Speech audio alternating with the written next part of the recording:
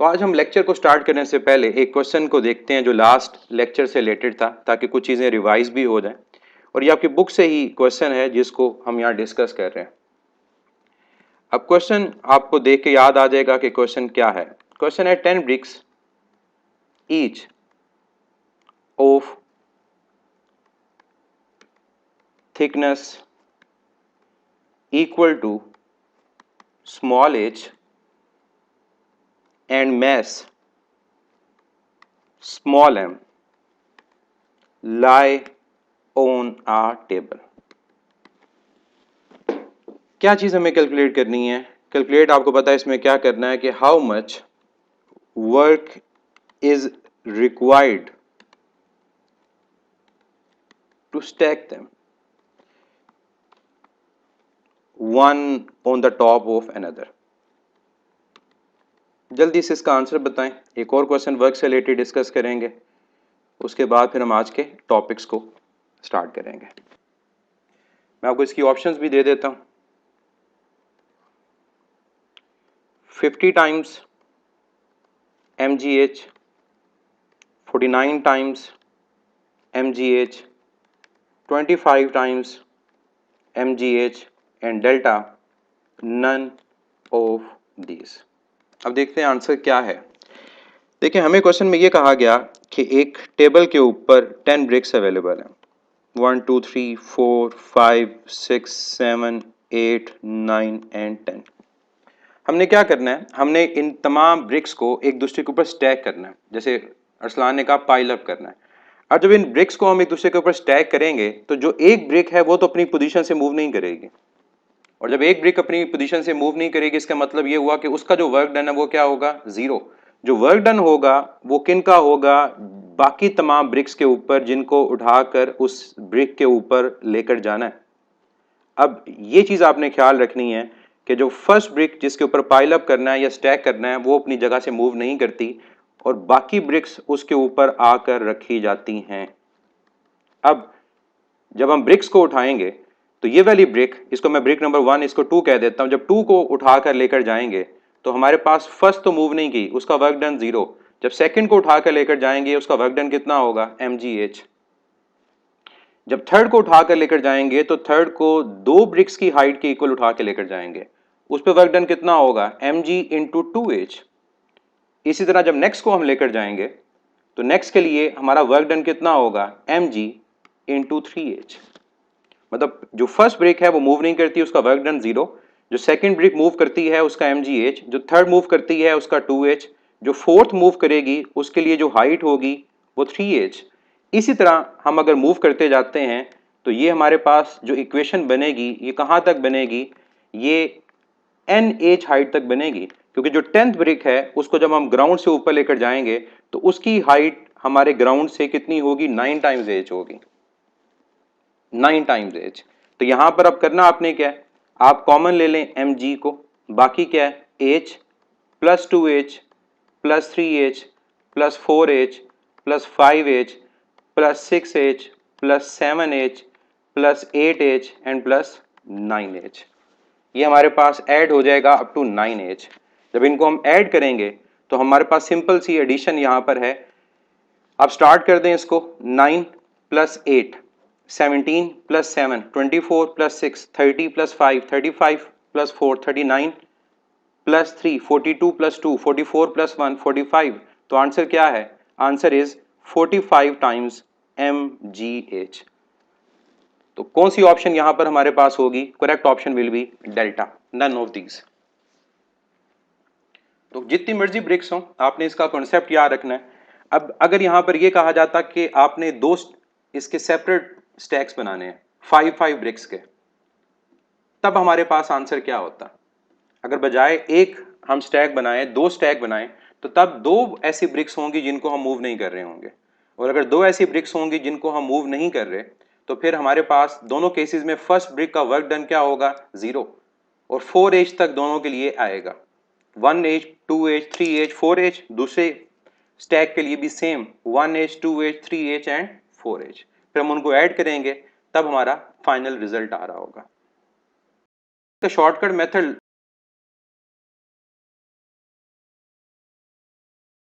अच्छा, एक और क्वेश्चन हम करते हैं बुक से ही, बुक में है, क्वेश्चन को ध्यान से पढ़िएगा और फिर उसका ग्राफ बताइएगा कि करेक्ट क्या है। क्वेश्चन है a force F x on a body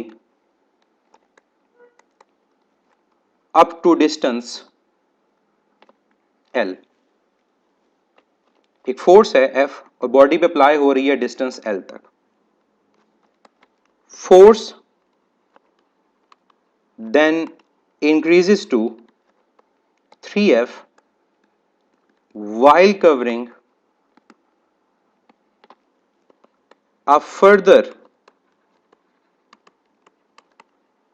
distance of 2L। क्या चीज करनी है? ड्रॉ फोर्स डिस्प्लेसमेंट ग्राफ, या इसको आप ये भी कह सकते हो कि आपने वर्क डायग्राम को ड्रॉ करना है। स्टेटमेंट को ध्यान से पढ़ें और स्टेटमेंट के मुताबिक फिर ग्राफ ड्रॉ करें कि ग्राफ क्या होगा। ये ग्राफ आप लोग ड्रॉ करेंगे, मैं इसकी शेप्स ड्रॉ कर रहा हूं ताकि आप बता सकें कि इनमें से कौन सा जो ग्राफ है वो करेक्ट है। अच्छा, अब मैं आपको करेक्ट आंसर इसका बता देता हूं। इसका जो करेक्ट आंसर है दैट इज चार्ली। रीजन क्या है? रीजन ये कि कहता है कि force F x up to distance L. यहां तक हमारे पास फर्स्ट और थर्ड ग्राफ सेम है कि फोर्स एफ अप्लाई हो रही है डिस्टेंस एल तक।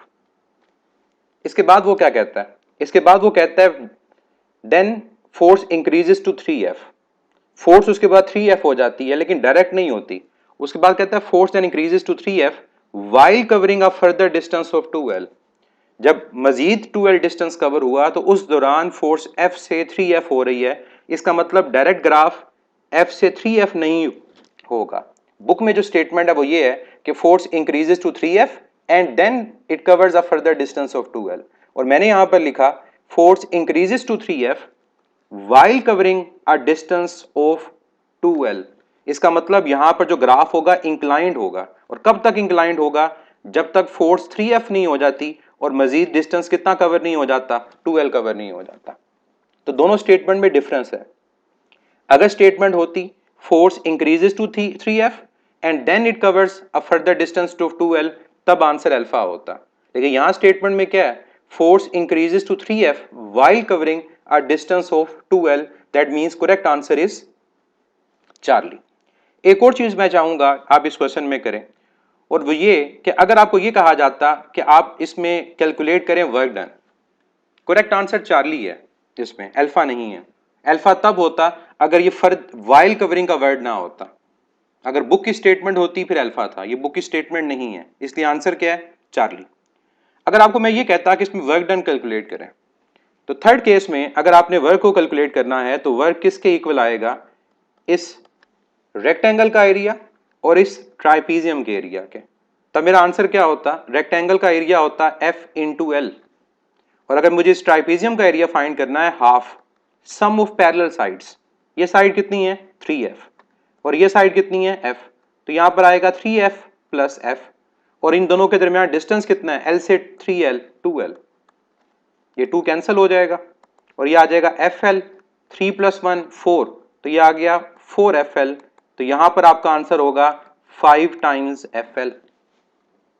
लेकिन अगर वो कहता फर्स्ट केस के अकॉर्डिंग वर्क को कैलकुलेट करें ताकि आपको डिफरेंस पता चल जाए कि फर्स्ट और थर्ड केस सेम नहीं है, तो फर्स्ट केस में ये भी रेक्टेंगल है, ये भी रेक्टेंगल है। अगर मैं यहां पर वर्क को कैलकुलेट करूं तो पहले रेक्टेंगल का जो एरिया होगा वो FL होगा, दूसरे केस में जो परपेंडिकुलर है वो 3F है और बेस कितना है? 2L। तो वो आएगा 3F 6FL। तो इसका आंसर क्या हुआ? 7 टाइम्स FL। तो यहां से आप देख सकते हैं कि दोनों केसेस सिमिलर नहीं है। फर्स्ट केस का जो वर्क डन है वो ज्यादा है as compared to the third one. तो ये दो क्वेश्चन मैं चाह रहा था कि आपसे डिस्कस करूं आज के लेक्चर से पहले। अब हम स्टार्ट करते हैं आज का लेक्चर, जिसमें हम सबसे पहले डिस्कस करेंगे एनर्जी के बारे में और एनर्जी की टाइप्स के बारे में। एनर्जी के बारे में आप लोग मैट्रिक लेवल से पढ़ते आ रहे हैं कि what is energy. Energy is simply ability to perform work.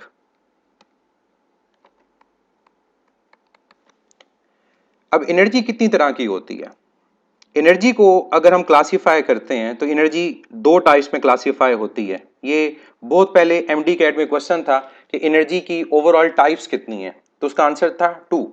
अगर फॉर्म्स पूछे जाए तो फॉर्म्स तो बहुत सारी हैं, न्यूक्लियर एनर्जी भी एनर्जी की फॉर्म है, इसके अलावा और बहुत सारी एनर्जी की फॉर्म्स हैं, लेकिन हमसे स्पेसिफिकली यहाँ पर जो पूछा गया है वो एनर्जी की टाइप्स पूछा गया है। तो 2 टाइप्स इसकी होंगी, एक विद रिस्पेक्ट टू पोजीशन है और वो है पोटेंशियल एनर्जी, और दूसरी type with respect to motion है and that is kinetic energy. अब ये जो एक सिंपल स्टेटमेंट बोली जाती है, energy with respect to position, और काइनेटिक में बोला जाता है energy with respect to motion, इसके अलावा भी इसको डिफाइन किया जाता है, और वो क्या है? ऐसी एनर्जी जो काम कर सके, दैट कुड डू वर्क, वो हमारे पास पोटेंशियल होती है। और किसी भी सिस्टम के अंदर जो वर्क कर रही होती है, एनर्जी दैट डज वर्क, वो काइनेटिक एनर्जी होती है।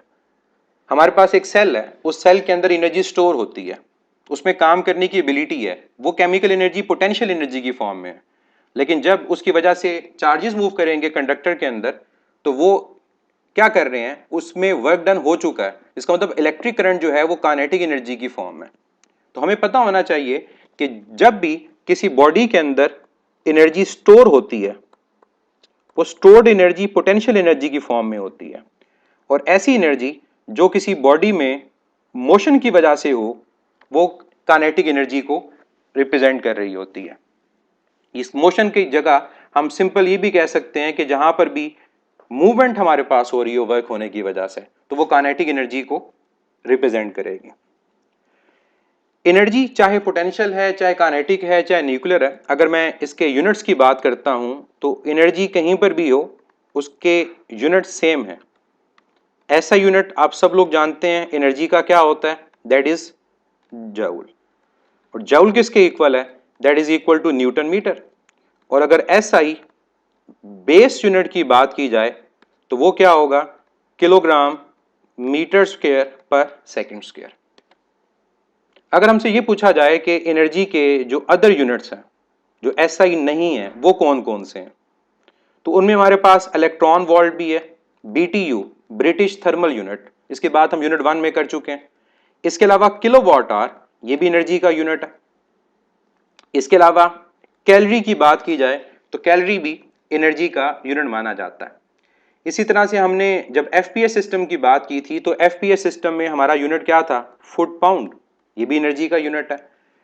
और इसके अलावा अर्ग, ये भी एनर्जी का यूनिट है। अब अगर मैं आपसे ये पूछूं कि इन तमाम यूनिट में से स्मॉलेस्ट यूनिट ऑफ एनर्जी कौन सा है, तो क्या आंसर देंगे, स्मॉलेस्ट यूनिट ऑफ एनर्जी। और अगर ये पूछा जाए कि बिगेस्ट यूनिट ऑफ एनर्जी, तब आंसर क्या होगा?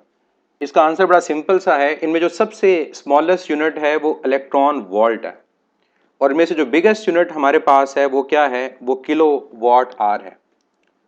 ये चीज़ आपने याद रखनी है कि अगर ये ऑप्शंस हों तो मैं पता हो कि इनमें से स्मॉलेस्ट कौन सा है और बिगेस्ट कौन सा है। ये वैल्यूज़ भी मैं यहाँ पर लिख देता हूँ ताकि आपको आइडिया हो कि हमारे पास वैल्यूज़ क्या हैं। अगर इलेक्ट्रॉन वोल्ट से स्टार्ट करता हूँ तो 1 electron volt is equal to 1.6 10⁻⁻⁹ joule.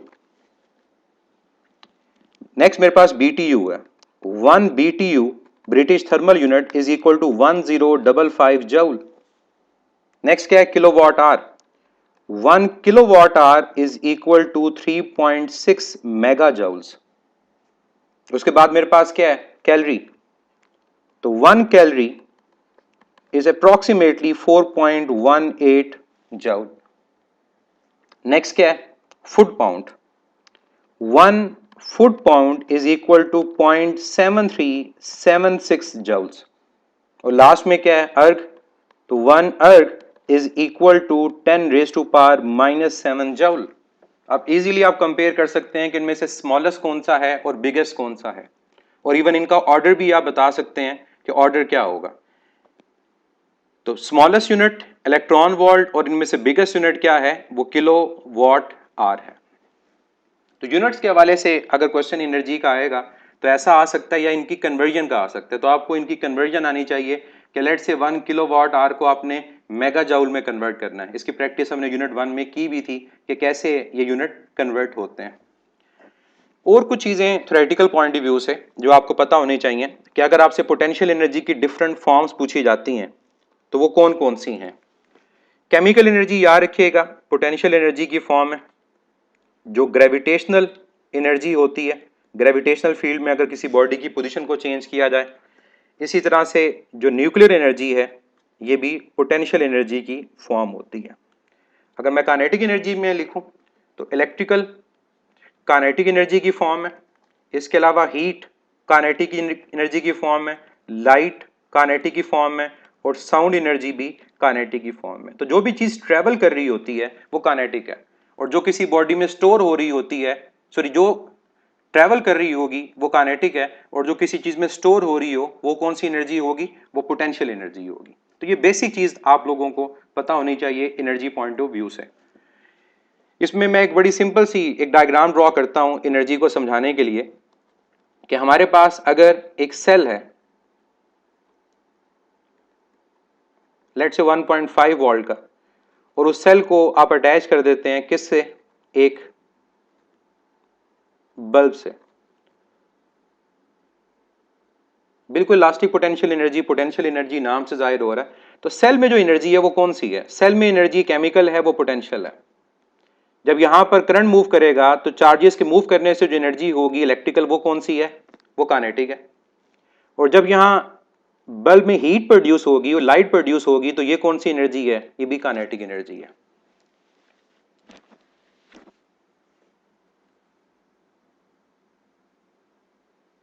फजर खान, मुझे आपकी क्वेश्चन की समझ नहीं आई, क्वेश्चन थोड़ा क्लियर करें फिर आइडिया होगा।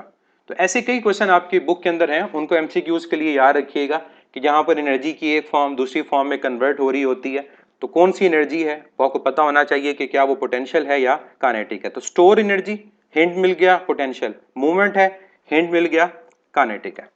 अब यहाँ मैं डिफरेंट फार्मूलाज लिखूंगा जो हमारे सिलेबस में है पोटेंशियल एनर्जी के और काइनेटिक एनर्जी के, और आपको फार्मूला देख के आइडिया हो जाएगा कि ये फार्मूला कहाँ पर यूज होना है।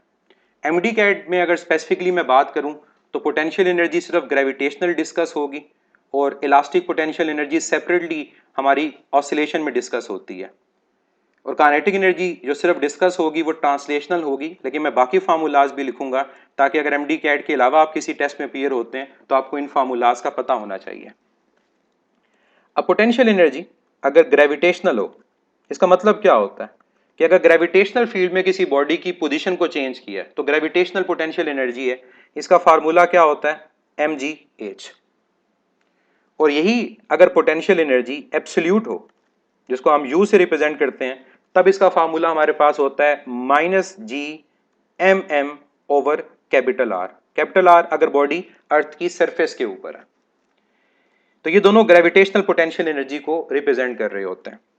अगर हम इलास्टिक पोटेंशियल एनर्जी की बात करें तो इलास्टिक पोटेंशियल एनर्जी का जो रिलेशन होता है वो हाफ के एक्स स्क्वायर,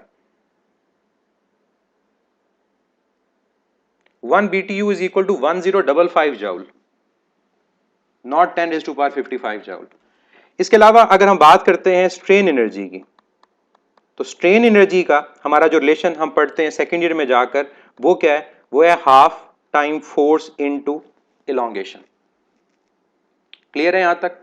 इसके अलावा और भी फार्मूलाज हैं, मैं एक फार्मूला और यहां पर लिख देता हूं स्ट्रेस और स्ट्रेन की फॉर्म में, half time stress strain area into length, जो सॉलिड का क्या होगा, वॉल्यूम होगा। अगर इलास्टिक पोटेंशियल एनर्जी के अलावा हम बात करते हैं इलेक्ट्रिकल की, तो उस केस में हमारा जो फार्मूला है दैट इज के क्यू ओवर आर। क्यू और क्यू दो डिफरेंट चार्जेस हैं, अगर ये सिमिलर होंगे तो के क्यू स्क्वायर ओवर आर हमारा रिलेशन बन जाएगा। और कई दफा हम यहाँ पोटेंशियल एनर्जी का जब फार्मूला लिखते हैं तो हम सिंपली क्या करते हैं, हम इसको पोटेंशियल की फॉर्म में भी लिख देते हैं, और हम पोटेंशियल डिफरेंस को मल्टीप्लाई किसे कर रहे होते हैं, चार्ज से मल्टीप्लाई कर रहे होते हैं। तो ये सारे फार्मूलाज पोटेंशियल एनर्जी को रिप्रेजेंट कर रहे होते हैं। अब आए काइनेटिक की तरफ।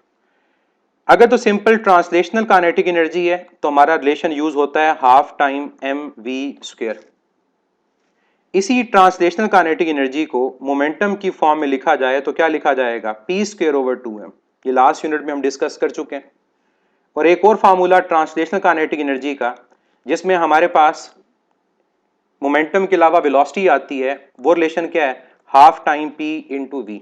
तो ये फार्मूलाज दोनों जो हैं जो मैंने लिखे ये मोमेंटम की फॉर्म में है, इनको याद रखिएगा। ये मोमेंटम और मास की फॉर्म में और ये मोमेंटम और वेलोसिटी की फॉर्म में। फजर खान, किलोवाट आवर हम इलेक्ट्रिकल एनर्जी के लिए यूज करते हैं, ये आगे पावर में हम डिस्कस करेंगे भी। इसके अलावा अगर हमारे पास रोटेशनल काइनेटिक एनर्जी इन्वॉल्व हो तो रोटेशनल काइनेटिक एनर्जी का जो रिलेशन है वो हाफ आई ओमेगा स्क्वायर है, और आई मोमेंट ऑफ इनर्शिया है, और moment of inertia shape wise change हो जाता है। लेट से अगर सॉलिड सफियर है तो 2/5 mr स्क्वायर है, अगर हॉलो सफियर है तो 2/3 mr स्क्वायर है, अगर सिंपली डिस्क है या सिलेंडर है तो हमारे पास 1/2 mr स्क्वायर है, और अगर हूप है तो आई की वैल्यू mr स्क्वायर है। तो मोमेंट ऑफ इनर्शिया की वैल्यू शेप वाइज और axis of rotation wise change हो जाती है।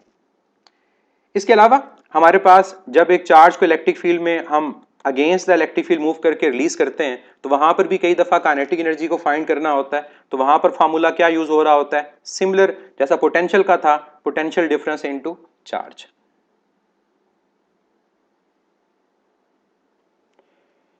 स्ट्रेन के नीचे जो फार्मूला लिखा हुआ है ये वाला, ये सिंपल है, potential difference into charge.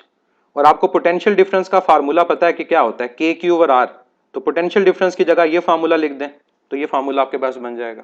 Basically ये पोटेंशियल को रिप्रेजेंट कर रहा होगा। ये इलेक्ट्रिकल के केस में यूज होता है जब चार्ज को इलेक्ट्रिक फील्ड के अगेंस्ट मूव करवाएं तो उसकी जो पोजीशन चेंज होगी वहां पर जो एनर्जी है अगर उसको फाइंड करना हो, इलेक्ट्रोस्टैटिक पोटेंशियल एनर्जी, तब ये फार्मूला यूज होगा। और जब चार्ज को वहां से रिलीज करेंगे वही पोटेंशियल एनर्जी किस फॉर्म में कन्वर्ट हो जाएगी, काइनेटिक की फॉर्म में। तो फिर काइनेटिक एनर्जी को आप कैलकुलेट कर लेते हैं।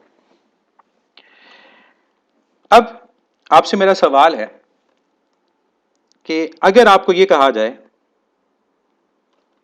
कि potential energy is equal to 1 joule, और अगर आपको यह कहा जाए kinetic energy is equal to 1 joule, इसको डिफाइन करें।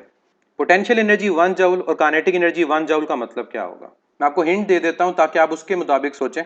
पोटेंशियल एनर्जी को 1 जूल डिफाइन करें in terms of mass m, height h, और काइनेटिक एनर्जी को डिफाइन करें 1 joule in terms of mass m and velocity v। अब आंसर देखें इसका क्या होगा।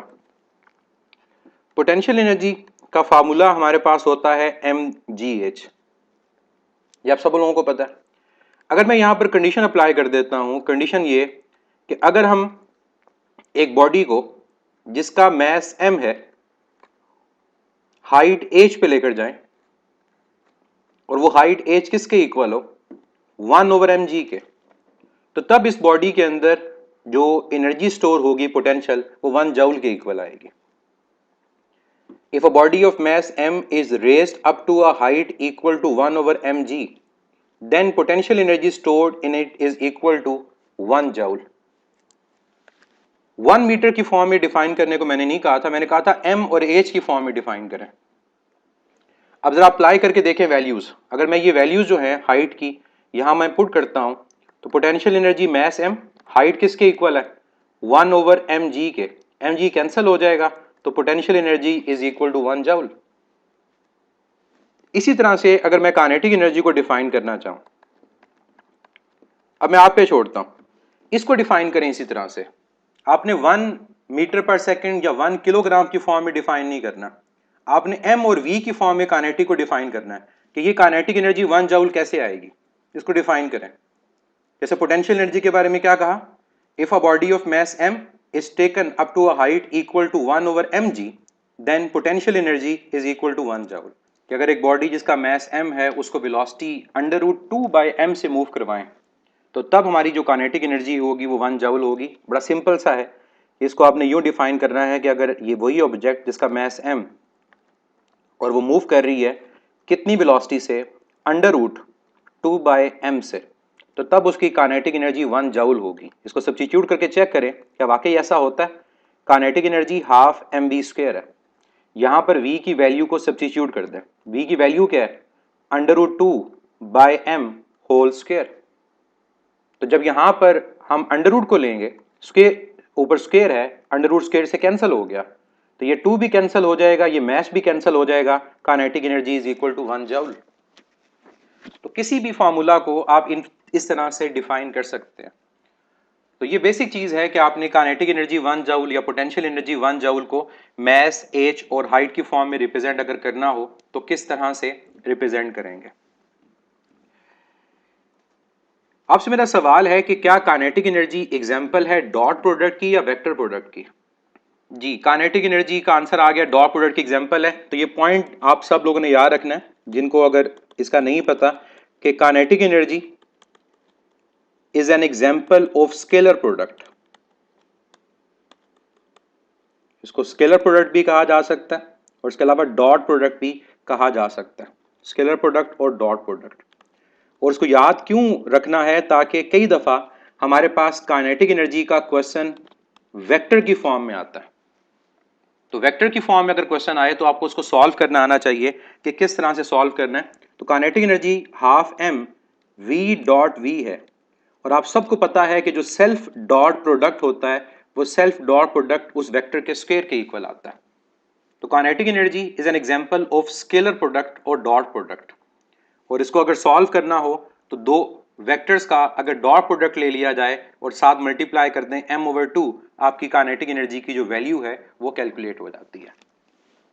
एक थोड़ा सा डिफरेंट क्वेश्चन मैं चाहूंगा कि आप लोग सॉल्व करें, लेकिन इस क्वेश्चन को आपने सोच के सॉल्व करना है। क्वेश्चन मेरा आपसे क्या है, लेट्स से हमारे पास एक रोलर कोस्टर का ट्रैक है और ये उसकी एक शेप है, ये ग्राउंड लेवल है। ग्राउंड लेवल से ये वाला जो पॉइंट है ये 0.8 मीटर की हाइट पर है। रोलर कोस्टर बेसिकली टॉय है, इसलिए इतनी कम हाइट, ठीक है। ये जो सर्कुलर ट्रैक है, इस सर्कुलर ट्रैक का जो रेडियस है दैट इज 0.5 मीटर, और ये जो पॉइंट है इस पॉइंट की हाइट ग्राउंड से 0.25 मीटर है। एक ऑब्जेक्ट जिसका मैस मैं अज्यूम कर लेता हूं कि 1 किलोग्राम, उसको मैंने यहां से ड्रॉप किया, इस पॉइंट को बोल देते हैं ए। वो यहां से मूव करेगा डाउनवर्ड, इस सर्कुलर ट्रैक को अडॉप्ट करके वो दोबारा इस हाइट को अटेन कर लेगा। इस पॉइंट को मैं बोल देता हूं कि that point is point B. आपने क्या चीज कैलकुलेट करनी है, आपने ये चीज कैलकुलेट करनी है कि अगर वो ऑब्जेक्ट पॉइंट ए से पॉइंट बी आया तो पॉइंट ए से बी आते हुए उसकी ओवरऑल पोटेंशियल एनर्जी कितनी चेंज हुई है।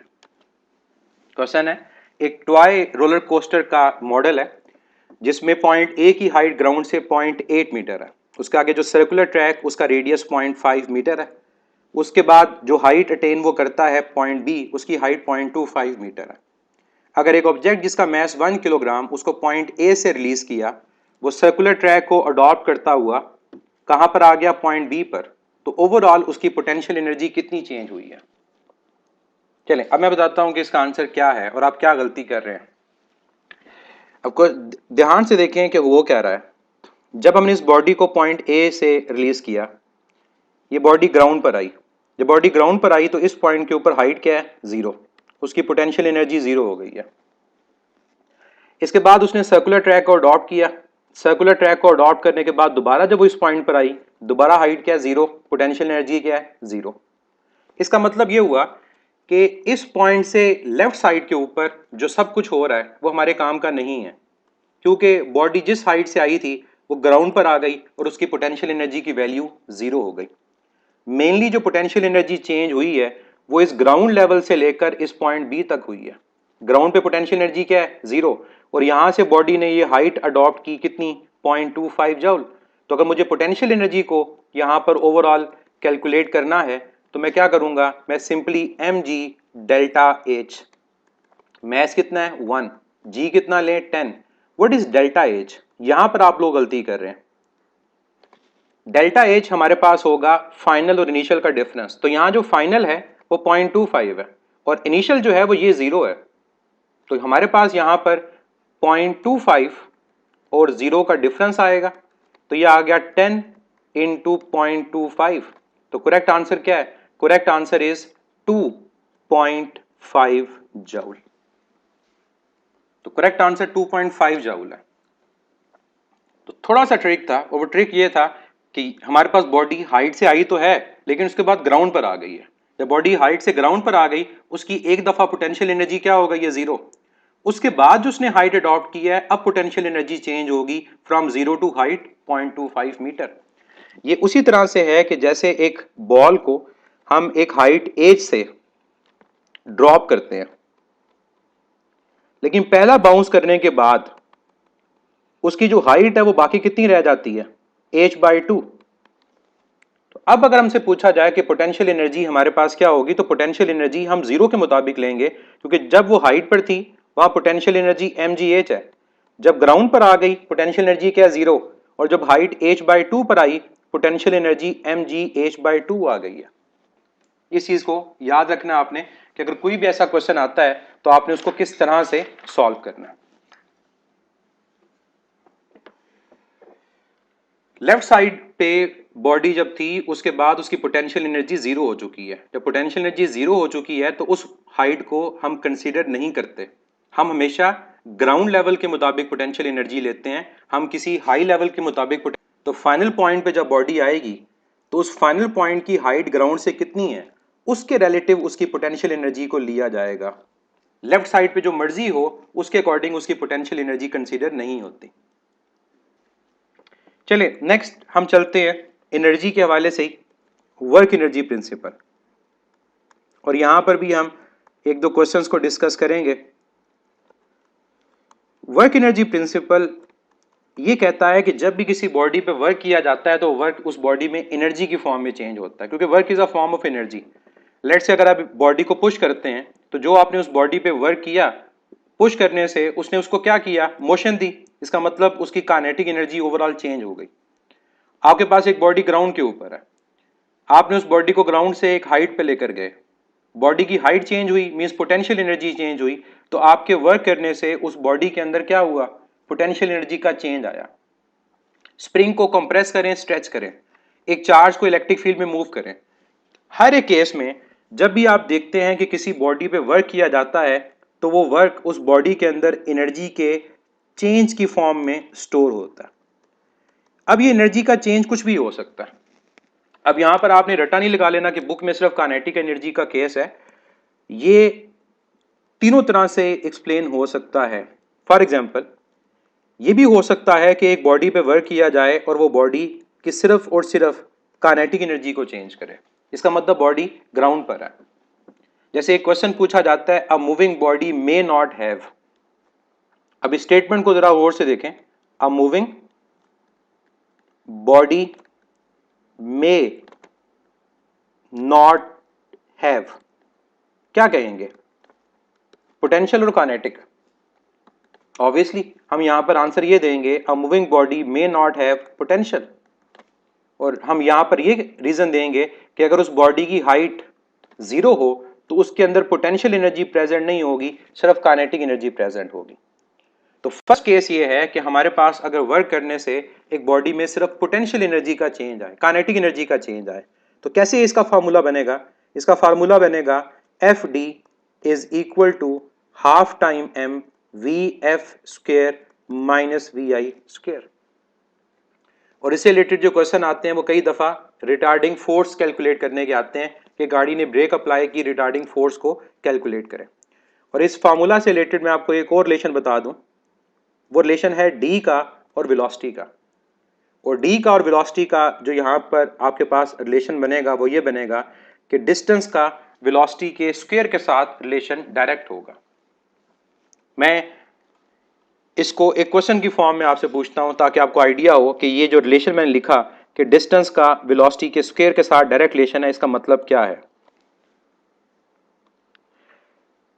अब क्वेश्चन मेरा आपसे ये है कि एक बॉडी मूव कर रही है लेट से 20 मीटर पर सेकंड से, वो अप्लाई करती है ब्रेक, और ब्रेक अप्लाई करने के बाद वो बॉडी रेस्ट पर आ जाती है, और रेस्ट पे आते आते वो कितना डिस्टेंस ट्रेवल करती है, let say 30 metre. Same body, same car move कर रही हो 40 मीटर पर सेकंड से। अब अगर वो ब्रेक अप्लाई करें और रेस्ट पर आए तो अब वो कितना डिस्टेंस ट्रेवल करेगी रेस्ट तक पहुंचते हुए?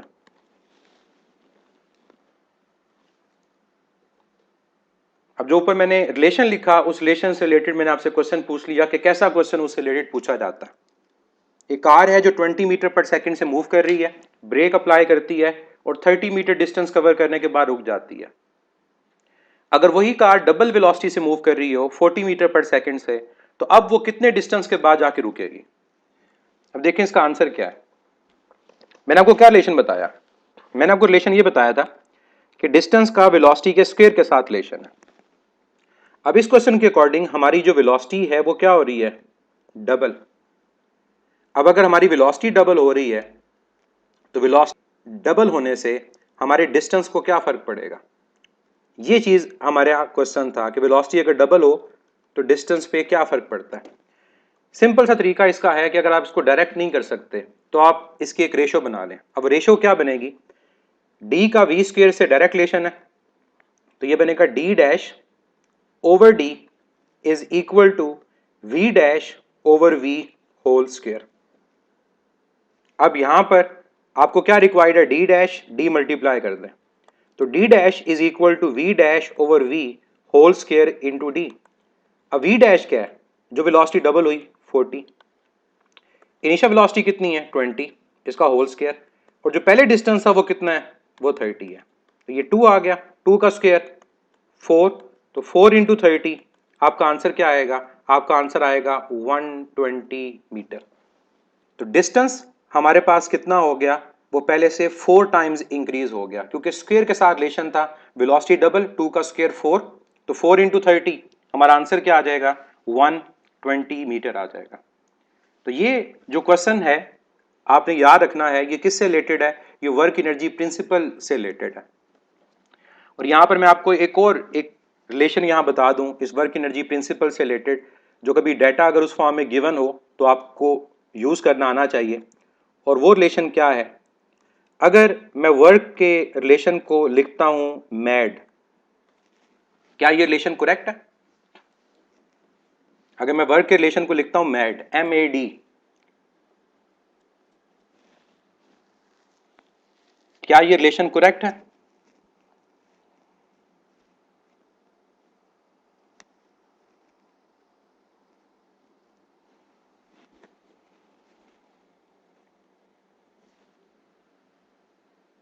बिल्कुल, आपका आंसर ठीक है, ये रिलेशन करेक्ट है। और ये रिलेशन कैसे आया?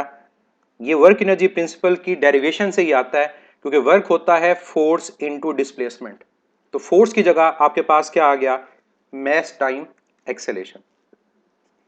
तो ये रिलेशन तब यूज होगा जब हमारे क्वेश्चन में एक्सेलेरेशन गिवन हो और हमें वर्क डन को कैलकुलेट करना हो, और इवन आपसे ये कहा जाए कि काइनेटिक एनर्जी का चेंज कैलकुलेट करें, तो तब भी ये रिलेशन हमारा करेक्ट होगा कि मास, एक्सेलेरेशन और डिस्टेंस को अगर मल्टीप्लाई कर दिया जाए तो काइनेटिक एनर्जी का चेंज कैलकुलेट हो जाता है।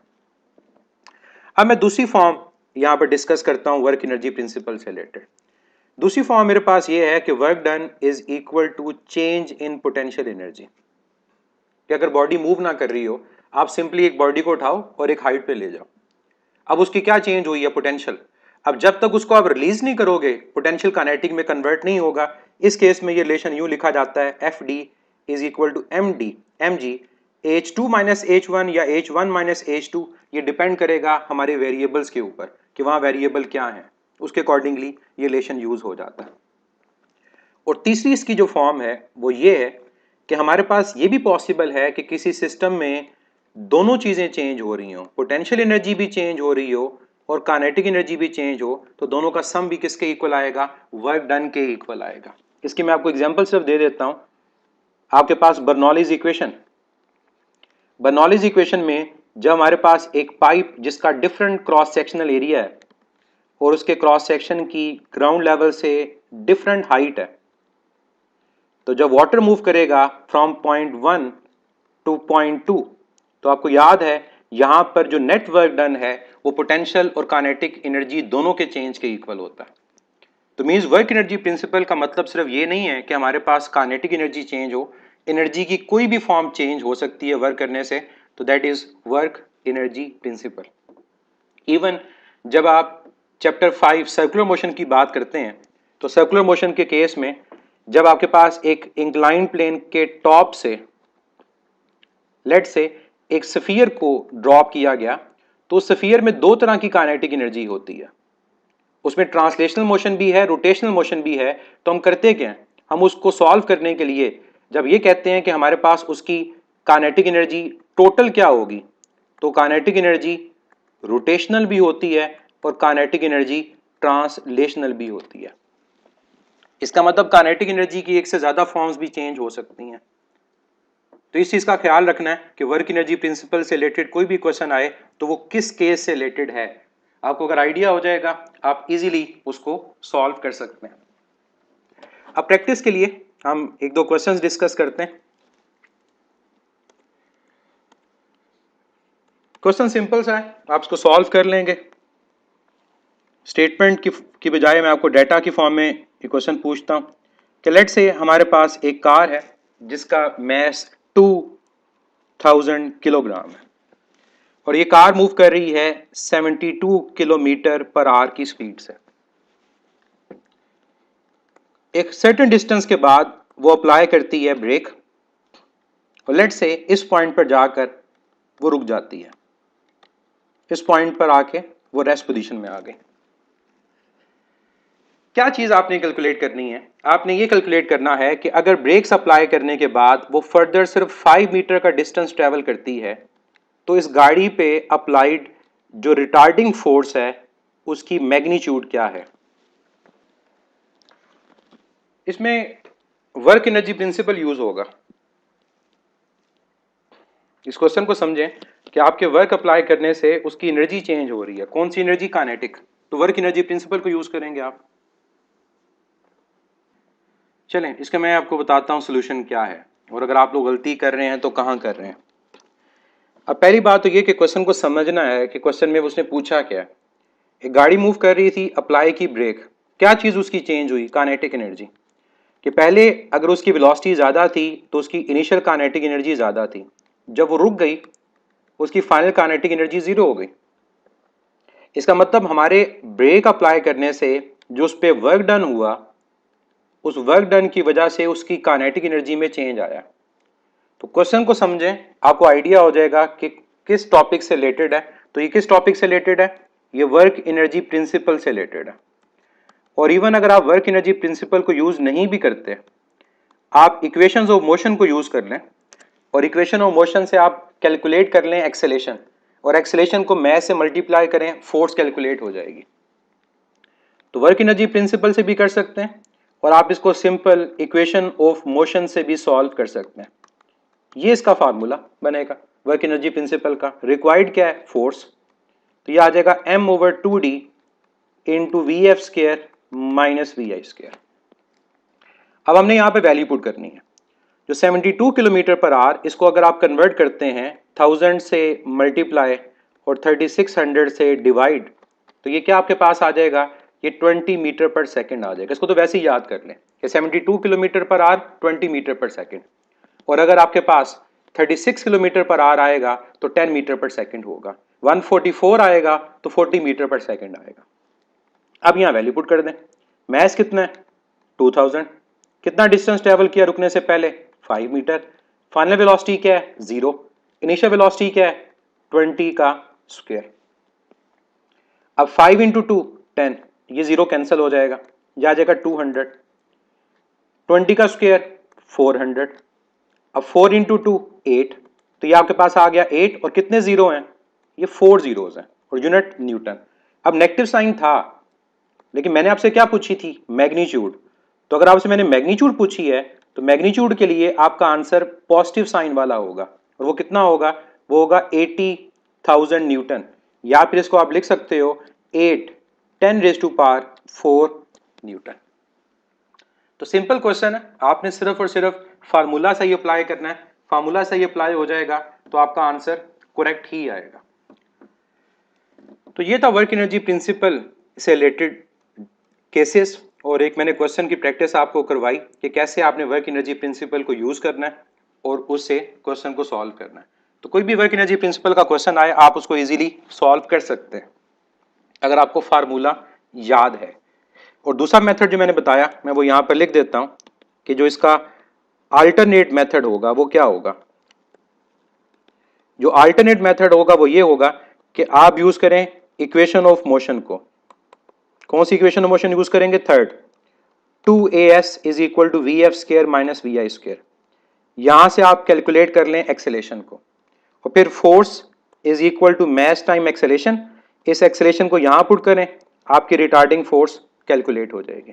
और वर्क एनर्जी प्रिंसिपल भी यहीं से ड्राइव होता है, तो ये ना सोचें कि दोनों डिफरेंट मेथड्स हैं, सेम मेथड है। इंटर कन्वर्जन ऑफ एनर्जी और law of conservation of energy को पढ़ने से पहले एक पॉइंट मैं आपको यहां पर क्लियर कर दूं। जब हम कंजर्वेटिव और नॉन कंजर्वेटिव फोर्स की बात कर रहे होते हैं, तो कौन सी हमारे पास एनर्जी है जो कंजर्वेटिव फोर्स में सिर्फ होती है? ये बात हमने लास्ट टाइम की थी और मैंने कहा था कि हम आगे एनर्जी में डिस्कस करेंगे। कौन सी वो एनर्जी है जो सिर्फ एसोसिएटेड है कंजर्वेटिव फोर्स में? याद रखिएगा कि potential energy is only associated with conservative forces. Potential energy, conservative force के लिए सिर्फ पोटेंशियल एनर्जी यूज होती है, नॉन कंजर्वेटिव में कभी भी आप पोटेंशियल एनर्जी को डिस्कस नहीं करते। मैं आपको एग्जांपल देता हूं। क्या आपने कभी सुना कि फ्रिक्शन फोर्स कहीं पर एग्जिस्ट कर रही हो और वहां पर पोटेंशियल एनर्जी की बात करें? कि अगर हम एक बॉडी को एक पॉइंट से दूसरे पॉइंट तक मूव करवा के लेकर जाते हैं और वहां पर फ्रिक्शनल फोर्स प्रेजेंट है, तो बॉडी के अंदर पोटेंशियल एनर्जी स्टोर हो गई है? आंसर होगा नो। कभी भी नॉन कंजर्वेटिव फोर्सेस में पोटेंशियल एनर्जी नहीं होती। Potential energy is only associated with conservative force. एक और चीज यहां पर याद रखें कि कंजर्वेटिव फोर्स जो होती है वहां पर इनिशियल काइनेटिक एनर्जी और फाइनल काइनेटिक एनर्जी सेम होती है। लेकिन अगर आप नॉन कंजर्वेटिव फोर्स की बात करेंगे, नॉन कंजर्वेटिव फोर्स में एक डिफरेंस तो ये है ना कि नॉन कंजर्वेटिव फोर्स में पोटेंशियल एनर्जी नहीं होती। पोटेंशियल एनर्जी सिर्फ कंजर्वेटिव में स्टोर होगी। ग्रेविटेशनल फील्ड में किसी बॉडी की पोजीशन को चेंज किया, उसमें पोटेंशियल एनर्जी है। इलास्टिक लिमिट के अंदर एक बॉडी की पोजीशन को चेंज किया, पोटेंशियल एनर्जी है। इलेक्ट्रिक फील्ड में चार्ज की पोजीशन को चेंज किया, पोटेंशियल एनर्जी है। कभी फ्रिक्शन में, टेंशन में, रॉकेट प्रोपल्शन में, एयर रेजिस्टेंस में पोटेंशियल एनर्जी की बात नहीं की जाती, क्योंकि पोटेंशियल एनर्जी का ताल्लुक वहां पर होता है जहां एनर्जी स्टोर होती है। और इन तमाम केसेस में जो नॉन कंजर्वेटिव हैं, यहां एनर्जी लॉस हो जाती है। और नॉन कंजर्वेटिव फोर्स में एक बात तो ये हो गई कि पोटेंशियल एनर्जी नहीं होती, और दूसरी चीज ये याद रखिएगा कि जो काइनेटिक एनर्जी होती है इनिशियल और फाइनल वो इक्वल नहीं होते। फ्रिक्शन की वजह से आपकी काइनेटिक एनर्जी थर्मल एनर्जी में डेसिपेट हो जाती है, और जब एनर्जी डेसिपेट हो जाएगी इसका मतलब क्या है? इसका मतलब ये है कि हमारे पास अब फाइनल काइनेटिक एनर्जी कम है as compared to the initial kinetic energy. तो ये कंजर्वेटिव और नॉन कंजर्वेटिव के हवाले से पोटेंशियल और काइनेटिक एनर्जी के पॉइंट्स को याद रखना है आप लोगों ने, ये आपको हेल्प करते हैं। और कंजर्वेटिव फोर्स के हवाले से एक और चीज़ मैं आपको बता दूं कि जब हम कहते हैं कि हमारा जो वर्क डन है पॉजिटिव है, और हम जब ये कहते हैं कि हमारा जो वर्क डन है नेगेटिव है, इसको पोटेंशियल एनर्जी की फॉर्म में कैसे लिखा जाता है? कंजर्वेटिव फोर्स के हवाले से जब वर्क डन पॉजिटिव होगा, इसका मतलब क्या है? क्या पोटेंशियल एनर्जी इंक्रीज कर रही है या पोटेंशियल एनर्जी डिक्रीज कर रही है? अगर किसी कंजर्वेटिव फोर्स का वर्क डन पॉजिटिव हो तो क्या पोटेंशियल एनर्जी इंक्रीज कर रही होती है या डिक्रीज कर रही होती है? और सेम मेरा क्वेश्चन आपसे नेगेटिव वर्क डन के हवाले से है कि किसी कंजर्वेटिव फोर्स की वजह से अगर नेगेटिव वर्क डन हो तो क्या पोटेंशियल एनर्जी इंक्रीज करेगी या पोटेंशियल एनर्जी डिक्रीज करेगी? चलें, आंसर मुझे मिलना शुरू हो गए। अब आंसर को आप कंपेयर कर लीजिएगा। अगर मैं ग्रेविटेशनल फील्ड की एग्जांपल लेता हूं, ग्रेविटेशनल फील्ड में ग्रेविटेशनल फोर्स डाउनवर्ड है, और ये हाइट मेरे पास क्या है? h। जब बॉडी को मैं डाउनवर्ड लेकर आऊंगा, उसकी डिस्प्लेसमेंट भी डाउनवर्ड, ग्रेविटेशनल फोर्स भी डाउनवर्ड, हमारा वर्क डन क्या है? पॉजिटिव। और इस केस में पोटेंशियल एनर्जी क्या कर रही है? डिक्रीज। इसका मतलब यह हुआ कि कंजर्वेटिव फोर्स में जब वर्क डन पॉजिटिव होता है तो पोटेंशियल एनर्जी डिक्रीज करती है, और कंजर्वेटिव फोर्स में जब वर्क डन नेगेटिव होता है तो पोटेंशियल एनर्जी क्या करेगी, इंक्रीज करेगी। ये चीज़ याद रखिएगा, क्योंकि अगर रिवर्स में बात करता हूँ कि एक बॉडी जिसका मैस m और वेट mg, अगर उसको एक हाइट पे लेकर जाएं तो इस केस में क्या कहेंगे, इस केस में कहेंगे कि वर्क डन क्या है, नेगेटिव, लेकिन पोटेंशियल एनर्जी क्या हो रही है, इंक्रीज। और सेम चीज चार्ज के केस में भी होता है कि अगर हमारे पास एक चार्ज मूव करेगा along the direction of electric field, work done तो पॉजिटिव होगा लेकिन पोटेंशियल एनर्जी डिक्रीज कर रही होगी। और अगर एक चार्ज इलेक्ट्रिक फील्ड के अगेंस्ट मूव करेगा, वर्क डन नेगेटिव होगा लेकिन पोटेंशियल एनर्जी क्या कर रही होगी, इंक्रीज कर रही होगी। और ये बातें भी सिर्फ किसके लिए की जाती हैं, ये सिर्फ की जाती हैं कंजर्वेटिव फोर्स के लिए। नॉन कंजर्वेटिव फोर्स के लिए ये पॉइंट डिस्कस नहीं होता, क्योंकि नॉन कंजर्वेटिव फोर्स में पोटेंशियल एनर्जी एग्जिस्ट ही नहीं करती। लास्ट टॉपिक आज का, inter conversion of energy. Interconversion of energy, law of conservation of energy, मैं इसको सेपरेट डिस्कस नहीं करूंगा। आपको law of conservation of energy का पता है कि energy can neither be created not destroyed, it only change it's form from one two another. और वो कोई भी एनर्जी की फॉर्म हो सकती है।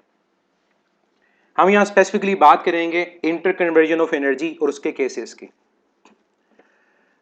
अब इंटर कन्वर्जन ऑफ एनर्जी के दो केसेस हैं जो आप लोगों ने याद रखने हैं।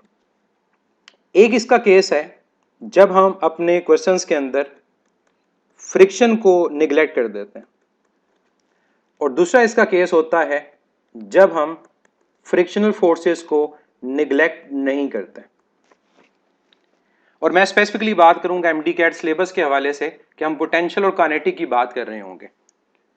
तो अगर ये कहा जाए कि फ्रिक्शनल फोर्स जीरो है तो इंटर कन्वर्जन ऑफ एनर्जी का मतलब होगा कि जितनी पोटेंशियल एनर्जी का लॉस है उतनी काइनेटिक एनर्जी का गेन है। या फिर आप इसको रिवर्स भी कह सकते हैं कि जितनी पोटेंशियल एनर्जी गेन होगी उतनी काइनेटिक एनर्जी लॉस होगी। 100% एनर्जी कन्वर्ट हो रही है क्योंकि फ्रिक्शनल फोर्सेस नहीं है। और ऐसे क्वेश्चंस में जब मैथमेटिकल इक्वेशन बनाई जाती है तो हमारे पास यह बनता है mgh is equal to half time mv²। m cancel हो जाएगा और वेलोसिटी का रिलेशन क्या बन जाएगा, √2 टाइम्स gh, जैसा आप लोग देखते हैं कि थर्ड इक्वेशन ऑफ मोशन से बनता है। तो ये जो वेलोसिटी का रिलेशन हम यूज करते हैं √2 gh, ये ख्याल रखिएगा ये तब यूज होता है जब हम फ्रिक्शनल फोर्सेस को निगलेक्ट कर रहे होते हैं, तब वेलोसिटी का रिलेशन √2 gh यूज होगा। अगर फ्रिक्शन को निगलेक्ट ना करें इसका मतलब ये होगा कि अब 100% एनर्जी कन्वर्ट नहीं हो रही। अगर फ्रिक्शन को निगलेक्ट नहीं किया जाएगा फिर क्वेश्चन क्या बनेगी, फिर इसकी दो फॉर्म्स दोबारा, पोटेंशियल एनर्जी का लॉस, काइनेटिक एनर्जी का गेन, और प्लस क्या होगा, प्लस होगा वर्क डन अगेंस्ट फ्रिक्शन। ये चीज ऐड हो जाएगी इसमें। अब वर्क डन अगेंस्ट फ्रिक्शन को किस तरह से लिखा जाएगा, अगर इसकी मैथमेटिकल फॉर्म में लिखता हूं mgh is equal to half mv² plus frictional force f, और साथ जो डिस्टेंस जिसके लॉन्ग फ्रिक्शन अप्लाई हो रही है वो d, तो ये वर्क डन आ जाएगा। अलीजा खान, ऐसा सिस्टम नहीं होता जहां फ्रिक्शनल फोर्स ना हो। आइडियली लिया जाता है कि जहां फ्रिक्शन एग्जिस्ट नहीं करती। तो हम न्यूमेरिकल पॉइंट ऑफ व्यू से बात करेंगे कि क्या वो फ्रिक्शनल फोर्स को दे रहा है या नहीं दे रहा, उसके मुताबिक हमने अपने केसेस को अप्लाई करना होता है। अब इस इक्वेशन से मैं अगर वेलोसिटी का फार्मूला निकालता हूं तो क्या निकलेगा, एफ डी जाके सब्ट्रैक्ट हो जाएगा। एफ डी जब जाके सब्ट्रैक्ट होगा मैं डायरेक्ट इसका रिलेशन लिखूंगा, यह आएगा v is equal to mgh minus F D multi divide by m, और यहां पर क्या आ जाएगा, √, आ जाएगा। अब खुद देखें इन दोनों वेलोसिटीज के रिलेशन में डिफरेंस कितना है कि जब आप फ्रिक्शनल फोर्स को निगलेक्ट करते हैं तो तब आपका रिलेशन ये बनता है, और जब फ्रिक्शनल फोर्स को निगलेक्ट नहीं किया जाता तो तब आपका ये रिलेशन बन रहा होता है। तो डायरेक्ट मैं फार्मूला याद करने को आपको नहीं कहूंगा, कंडीशन वाइज देखें और फार्मूला को उस टाइम पे ड्राइव कर लें, क्योंकि फार्मूलाज काफी ज्यादा हैं तो सबको ड्राइव करना इतना आसान नहीं होता। और दूसरा केस जो बनेगा फ्रिक्शन वाले केस में वो क्या बनेगा, वो ये बनेगा कि पोटेंशियल एनर्जी अगर गेन हो रही हो तो याद रखें जो चीज गेन हो रही होगी ना, वर्क डन अगेंस्ट फ्रिक्शन उसमें ऐड होगा, और ये इक्वल आएगा काइनेटिक एनर्जी के लॉस के। कि अगर एक बॉडी को अपवर्ड थ्रो करेंगे तो अपवर्ड जाते हुए काइनेटिक एनर्जी लॉस होगी, पोटेंशियल गेन होगी, और वर्क डन होगा अगेंस्ट फ्रिक्शन। ये दोनों केसेस एक दफा देख लें, फिर इससे रिलेटेड हम क्वेश्चंस करेंगे। ये पहला केस कि पोटेंशियल एनर्जी अगर लॉस होगी तो काइनेटिक गेन होगी और वर्क डन ऐड होगा। इसकी एग्जांपल मैं अगर आपको दूं तो एग्जांपल यूं है कि अगर एक इंक्लाइन प्लेन है,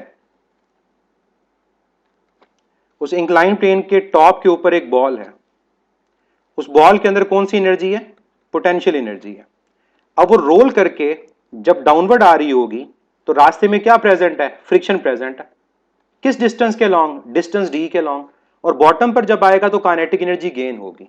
तो ये वाला केस ये है कि पोटेंशियल लॉस हो रही है, काइनेटिक गेन हो रही है, और plus work done against friction है। और दूसरा केस हमारे पास जो है वो क्या है कि अगर मैं इसके रिवर्स बात करूं, अब इसके रिवर्स ये है कि अगर हम एक बॉल को खुद इनिशियल पुश देकर एक हाइट पर भेजना चाहें तो अब क्या है? अब वो काइनेटिक एनर्जी को लूज करेगा, वर्क डन होगा अगेंस्ट फ्रिक्शन, और वो पोटेंशियल एनर्जी को गेन करेगा। तो यहां पोटेंशियल एनर्जी जो गेन हो रही है उसमें work done against friction add होगा, और ये काइनेटिक एनर्जी के लॉस के इक्वल आ रहा होगा। तो ये इसके दो केसेस हैं जो आपको पता होने चाहिए कि जब भी हमारे पास फ्रिक्शन प्रेजेंट होगी तो वर्क डन अगेंस्ट फ्रिक्शन किस में ऐड होगा?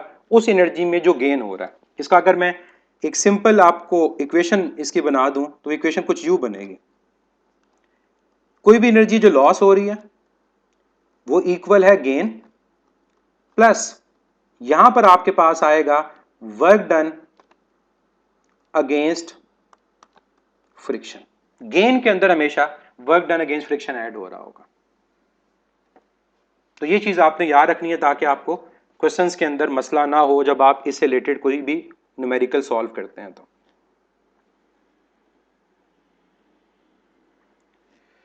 चलिए अब हम इन दोनों केसेस से रिलेटेड क्वेश्चंस को डिस्कस करते हैं कि हमारे पास work energy interconversion of energy से रिलेटेड किस तरह के क्वेश्चंस आते हैं, आपको आइडिया हो जाएगा उसका।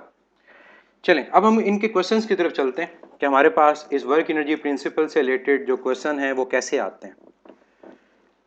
अब क्वेश्चन आप लोग खुद समझेंगे कि क्या फर्स्ट केस से रिलेटेड है या सेकंड केस से रिलेटेड है। लेट्स से हमारे पास एक ब्लॉक है जिस ब्लॉक का मैस 50 किलोग्राम है और हमने इसको रिलीज किया 5 मीटर की हाइट से। किसके ऊपर? ग्राउंड पर एक वर्टिकली प्रेजेंट स्प्रिंग है उसके ऊपर, जिसका स्प्रिंग कांस्टेंट 1000 न्यूटन पर मीटर है। क्या चीज कैलकुलेट करें? जब ये ब्लॉक इस स्प्रिंग के ऊपर गिरेगा तो स्प्रिंग के अंदर मैक्सिमम कंप्रेशन कितनी होगी। A block of mass 50 kg is drawn from a height of 5 meter on a vertically placed spring having spring constant equal to 1000 Newton per meter. Find the maximum compression in the spring.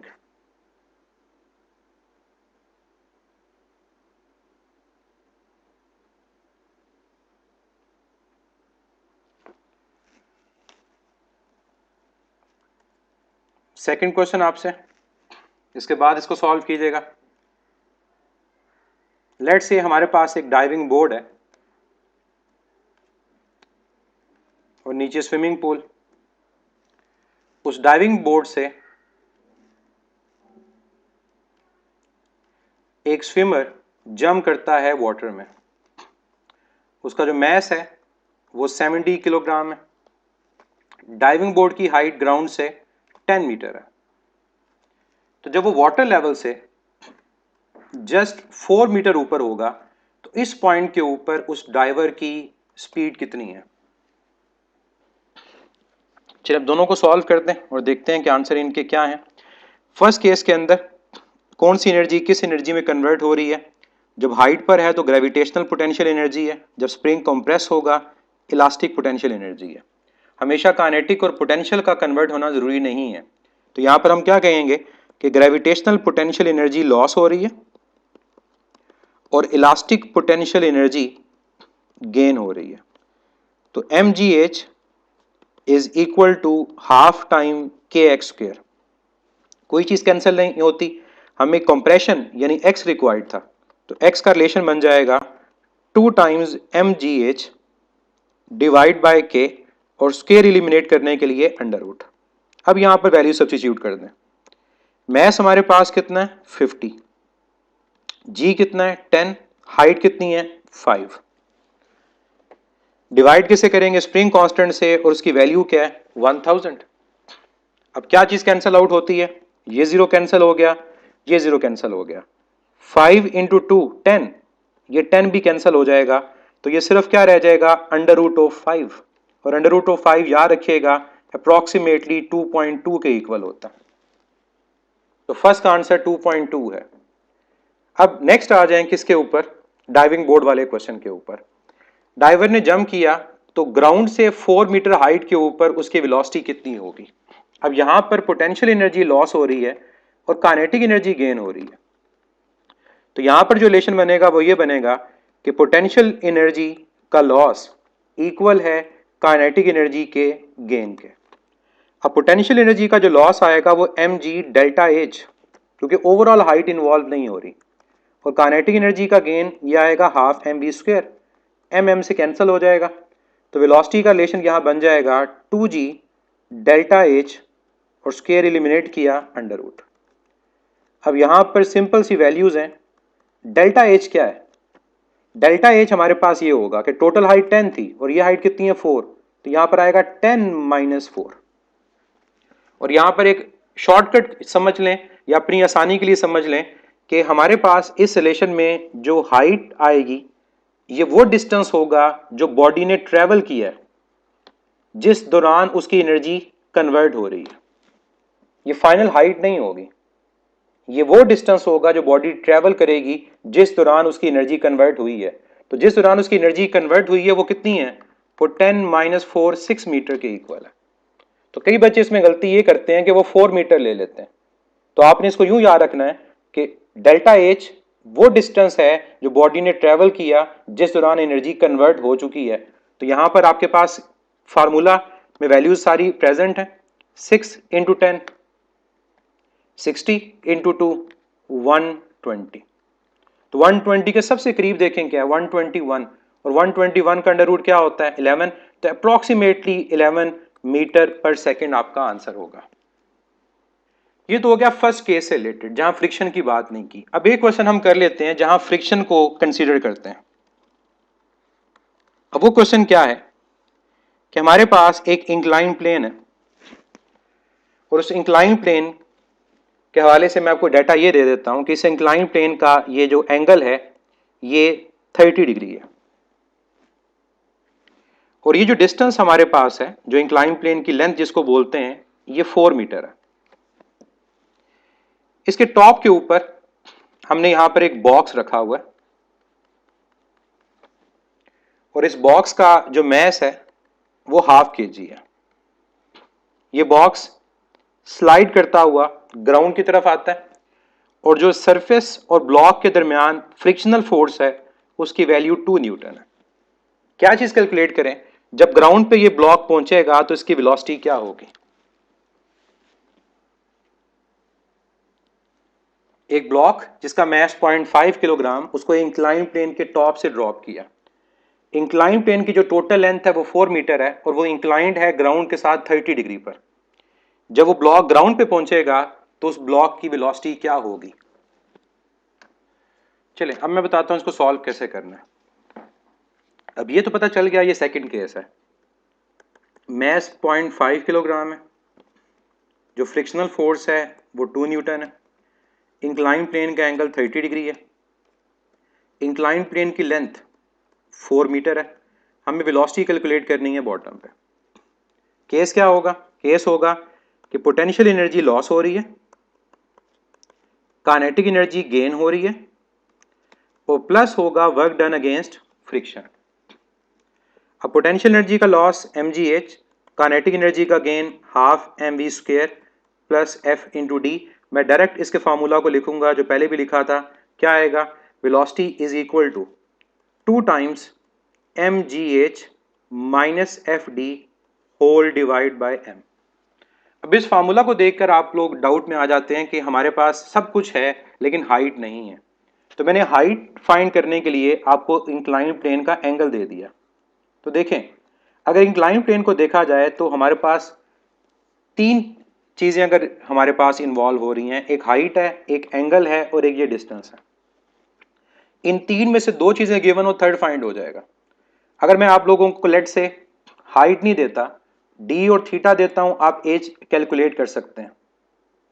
अगर मैं आपको D नहीं देता, आपको H और theta देता हूं, आप डी तब भी कैलकुलेट कर सकते हैं। तो ये चीज आप लोगों को पता होनी चाहिए कि कैसे कैलकुलेट करेंगे। सिंपल, साइन से, साइन थीटा। साइन थीटा क्या होता है? Perpendicular over hypotenuse. तो परपेंडिकुलर क्या है? एच, हाइपोटेन्यूज क्या है? डी।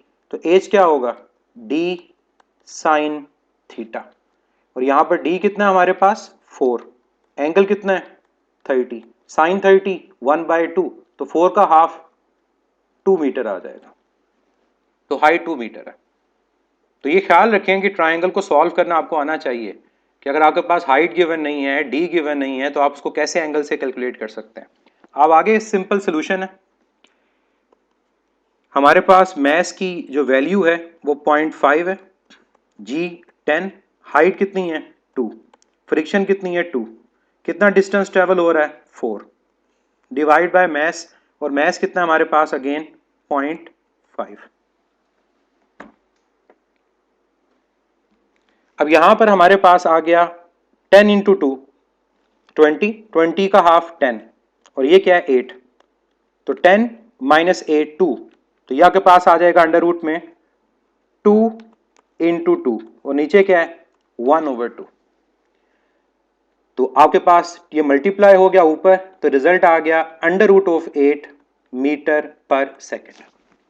अब मुझे एग्जैक्ट इसका अगर आंसर फाइंड करना है कि अंडर रूट 8 कितना होगा, तो बड़ा आसान सा तरीका अंडर रूट 8 को सॉल्व करने का है कि आप अंडर रूट 8 को लिखते हैं 4 इंटू 2, क्योंकि आपको 4 और 2 दोनों का अंडर रूट पता है।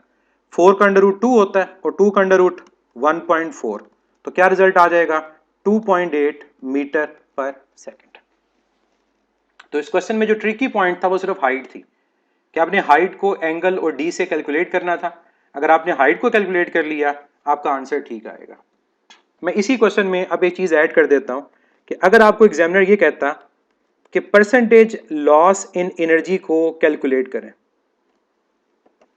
तो कैसे करेंगे? सिंपल, परसेंटेज लॉस है तो loss divide by total energy multiplied by 100। अब ये परसेंटेज लॉस कैसे कैलकुलेट करना है? लॉस का मतलब क्या होगा? लॉस का मतलब होगा वो एनर्जी जो फ्रिक्शन की वजह से लॉस हो गई। टोटल एनर्जी क्या होगी? टोटल एनर्जी का मतलब ये होगा कि जब बॉडी टॉप पर थी तो उसकी एनर्जी, और टॉप पर जो एनर्जी है वो सिर्फ कौन सी एनर्जी है? पोटेंशियल। अब कई स्टूडेंट यहां पर गलती करते हैं, वो टोटल एनर्जी में पोटेंशियल और काइनेटिक का सम लेते हैं। यहां टोटल एनर्जी से मुराद है इनिशियल एनर्जी, और वो सिर्फ कौन सी है? पोटेंशियल। यहां पर आ जाएगी potential multiplied by 100, percentage loss calculate हो जाएगा। तो यहां पर अगर मैं वैल्यूज को पुट करता हूं कि एग्जैक्ट मेरा आंसर क्या आएगा, तो फ्रिक्शन कितनी है? 2, डिस्टेंस कितना है इंक्लाइन प्लेन का? 4, नीचे पोटेंशियल एनर्जी mgh, मैस कितना है? 0.5, g 10, और हाइट कितनी है? 2, मल्टीप्लाइड बाय 100। तो यहां देखें क्या चीज कैंसल आउट होगी? ये जीरो कैंसल आउट हो गया। 0.5 इंटू 2 1, तो 4 इंटू 2 8%। 8% एनर्जी यहां पर लॉस हो रही है। ठीक है, इसका एक और तरीका भी बता देता हूं, अगर यूं नहीं तो अब दूसरा तरीका क्या है? लॉस का मतलब होगा पोटेंशियल और काइनेटिक का डिफरेंस डिवाइड बाय टोटल, और वो कौन सी एनर्जी है? Potential, multiplied by 100। आप इससे सॉल्व अगर करना चाहें तो इससे भी जो आपका आंसर आएगा वो 8% ही आएगा। इसको भी ट्राई कर लीजिएगा, तो जो आपको इजी लगे। और मैंने यहाँ पोटेंशियल एनर्जी और काइनेटिक एनर्जी के डिफरेंस की जगह क्या लिख दिया? Work done against friction. तो दोनों मेथड से किया जा सकता है, या आप पे डिपेंड करता है कि आपको एग्जामिनेशन हॉल में कौन सा मेथड याद आ जाए तो आप उसे सॉल्व कर सकते हैं। तो 8% एनर्जी लॉस हो रही है, बाकी एनर्जी हमारे पास काइनेटिक एनर्जी में कन्वर्ट हो गई है। अगर ये क्वेश्चन होता कितने परसेंट एनर्जी काइनेटिक में कन्वर्ट हुई है, तो 8% लॉस, तो बाकी क्या है 92%। बनीन बिल्कुल मैक्सिमम कंप्रेशन या मिनिमम कंप्रेशन एक ही तरह से सॉल्व किया जाता है, इसमें कोई नहीं है, बस वर्डिंग का डिफरेंस होता है, ऐसा और कोई डिफरेंस नहीं होता। 8% नॉट 80%, सॉरी 8 × 10 बिल्कुल ठीक है 80%।